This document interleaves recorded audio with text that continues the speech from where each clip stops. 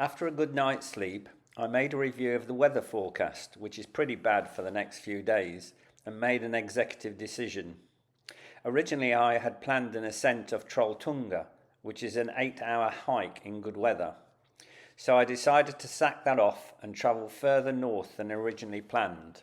The journey north will take me along the Ryfylke Scenic Route, taking in the eastern section via Flessefossen, before linking up with the initial section of the Hardanger Scenic Route towards Lofthus at the northern end of Sørfjorden.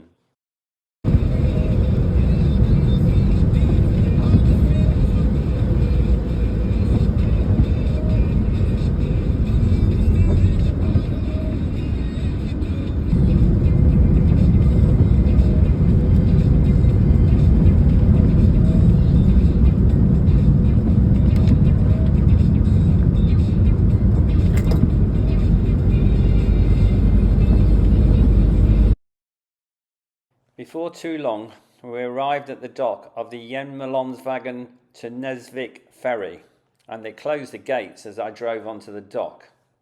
Finally, with a lot more vehicles, including 2 big trucks and a coach, the ferry arrived back and we were finally underway on the Nesvik, an electric ferry, some 40 minutes later.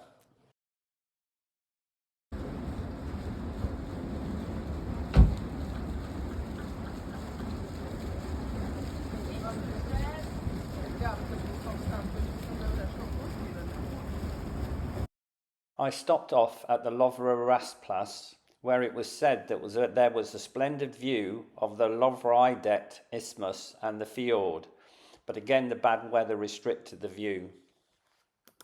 I stopped off for some lunch just outside Sand, where the Soldarsdagen River, which is 22 kilometres long, flows down the valley. Apparently this is where wild salmon leap. I can't see any. Heading away from Sand, we continued north alongside the Soldarsvatn Lake, where the scenery became more misty and moody.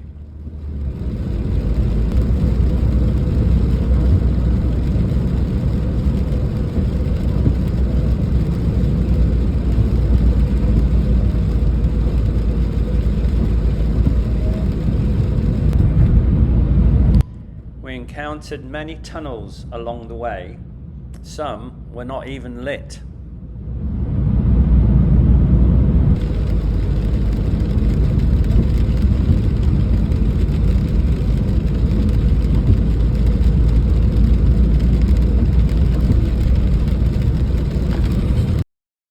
Finally, we arrived at the Flessefossen rest area, which was at the northern end of the Ryfylke Scenic Route.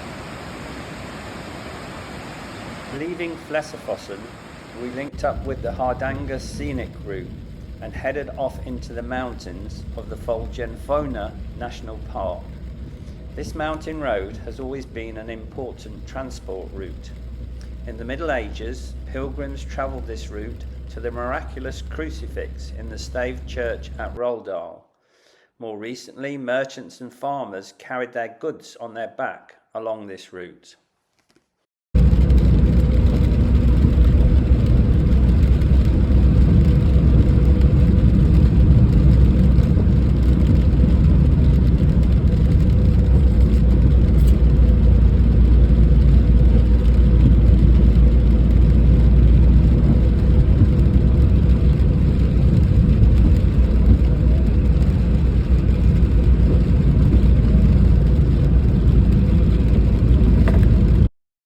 Although Odda is the gateway to Trolltunga, I found it to be a very industrial town, where Boliden is a major zinc and zinc alloy producer, currently producing over 200,000 tonnes of zinc annually.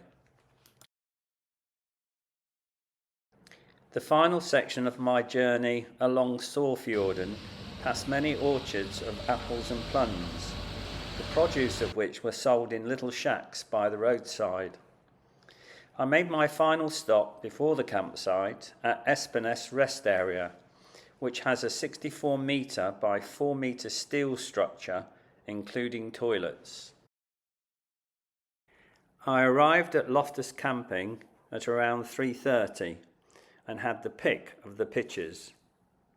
I chose a very nice one with a view south down Sørfjorden.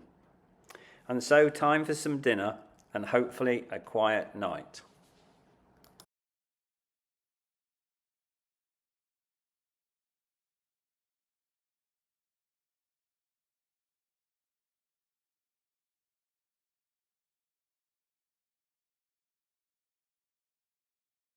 I awoke to some great views of the snow-capped mountains of the edge of the Folgefonna National Park, which contains one of Norway's largest glaciers, the Folgefonna Glacier. As the weather forecast showed rain arriving late morning, I decided to pop in a little 6k Fruktsti hike, up and then down to Lofthus on the Sørfjorden, part of the much larger Hardanger fjord. It was a very pleasant hike through the apple, pear and plum orchards, very peaceful and tranquil in the morning sunshine. I stopped in the town for some provisions from the local supermarket and some lunch from a little bakery cafe.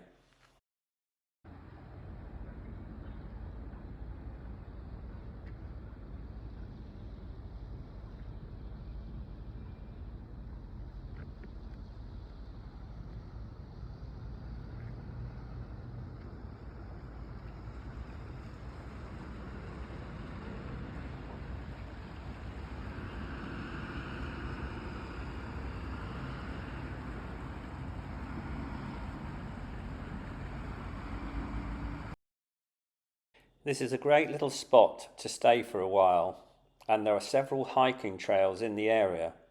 It's well worth a few nights at the nice, quiet and friendly campsite. I opted to head down to a bistro in the town that I had spotted earlier for some fish and chips for dinner, which were delicious, all washed down with some organic lemonade. With dinner over, it was time to hike up the 60-metre elevation uphill back to the campsite. I really enjoyed my short stay here, but it's back on the road tomorrow.